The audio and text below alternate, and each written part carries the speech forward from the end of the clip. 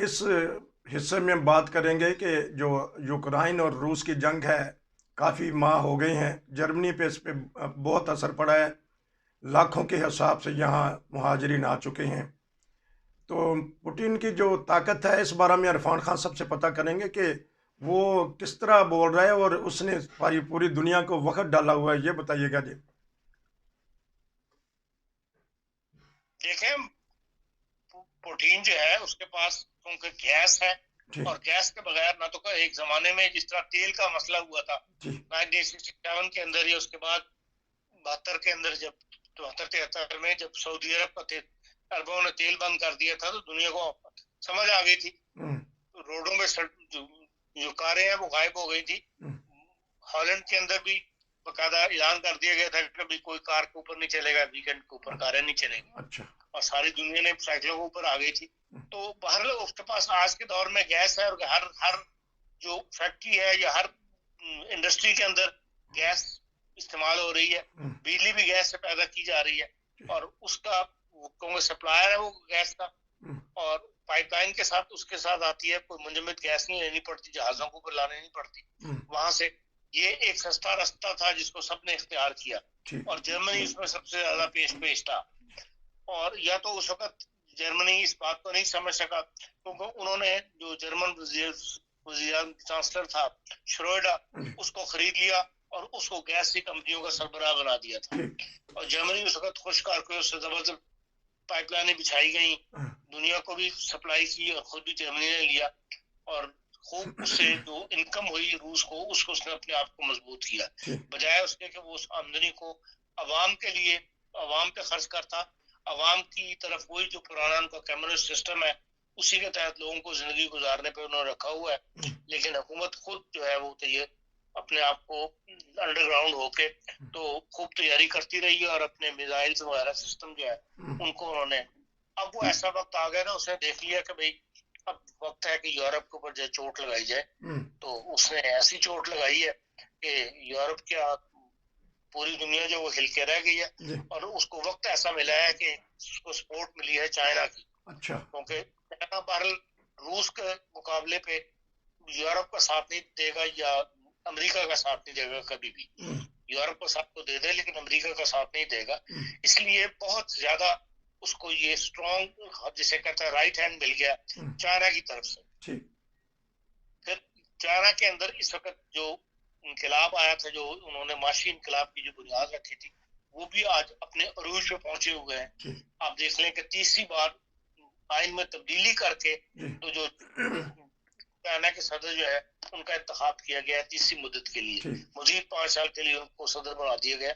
और उन्होंने इस वक्त जो कांग्रेस है, जो उनकी कमेटी है, उसको और मजबूत किया है। हम्म। बस पुराने लोगों को जो बूढ़े हो गए थे उनको उन्होंने निकाला है, नए लोगों को लेके आए हैं।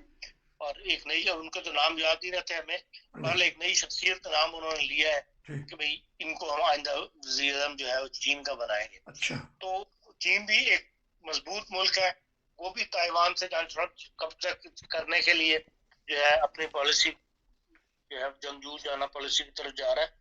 तो मान लीजिए दो ऐसी ताकतें एक वक्त में इकट्ठी हो गई हैं, और बहुत सारी दुनिया मजबूर हो गई है ठीक। कि भाई इनका अमेरिका से नहीं बनती, वो अब इन ताकतों का साथ दें। टर्की तक जो है उसको झुकाव इस वक्त जो है वो रूस की तरफ बढ़ गया है। ठीक। इसी तरह ईरान है जो रूस का साथ दे रहा है। बहरहाल वो एक स्ट्रॉन्ग ग्रुप जो है तैयार हो रहा है या बन गया हुआ दुनिया में, जिनको जिनको अब अमेरिका को या मगरबी दुनिया को उनसे डर इसलिए पैदा हो गया कि उनके बगैर यहाँ की इंडस्ट्री जो है वो बंद हो रही है।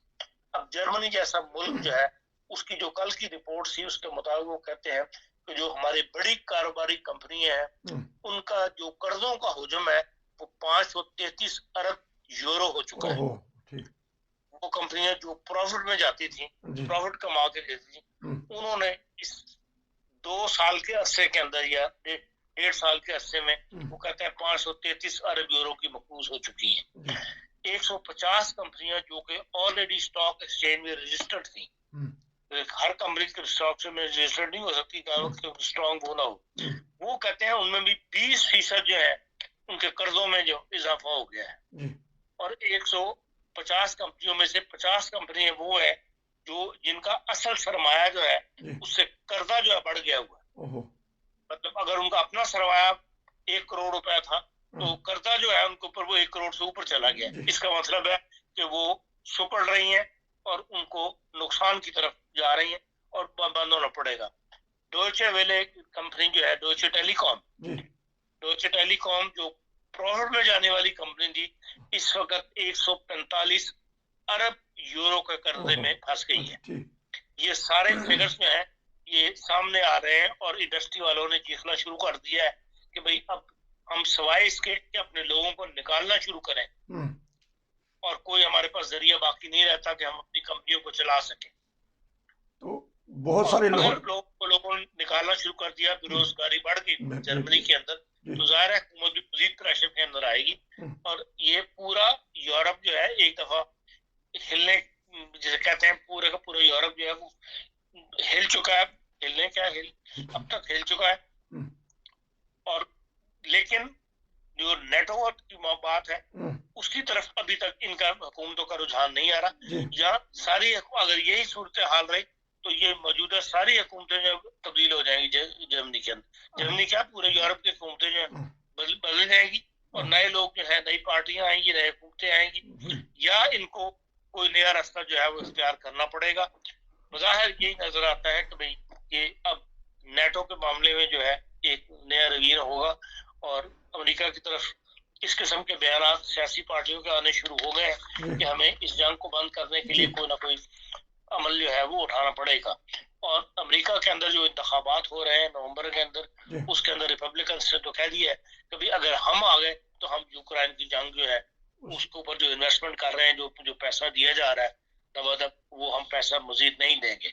अगर पैसा नहीं देंगे तो असला कहाँ से खरीदेगा यूक्रेन लड़ने के लिए। फिर लाजमी बात है कि फिर यूरोप भी है वो भी जंग जो है बंद करने की तरफ उसका रुझान होगा, या जिस किस्म की मदद इस वक्त जर्मनी कर रहा है वो भी बंद होगा। और इस वक्त जर्मनी को सबसे बड़ा बोझ जो है वो यूक्रेन से आने वालों का है, क्योंकि सिर्फ एक पोलैंड को क्रॉस करना है और यहाँ आना है।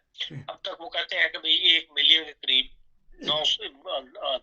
8 लाख समथिंग की फिगर जो है वो आई है कि वो लोग सिर्फ जिनमें ज्यादातर औरतें हैं, इसलिए कि मर्दों को वो आने नहीं देते। औरतें जो है ऊपर से भर भर के ये आ रही हैं और जाहिर है औरतों को लिए जिनको जबान नहीं आती, जिनके पास हुनर नहीं है, वो इनके हुकूमत पे बोझ बनेगी। वो कोई काम तो नहीं, ये आते काम तो नहीं शुरू कर सकते।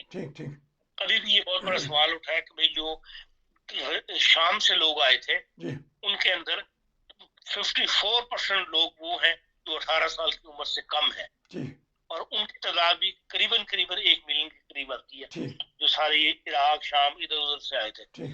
और उनमें अगर 18 साल की उम्र से कम हो तो जो ऊपर के लोग हैं उनमें भी औरतें हैं और मर्द हैं और वो बड़ी उम्र के हैं, तो उनके लिए ज़ाहिर काम करना मुश्किल है, वो भी हुकूमत के ऊपर बोझ है।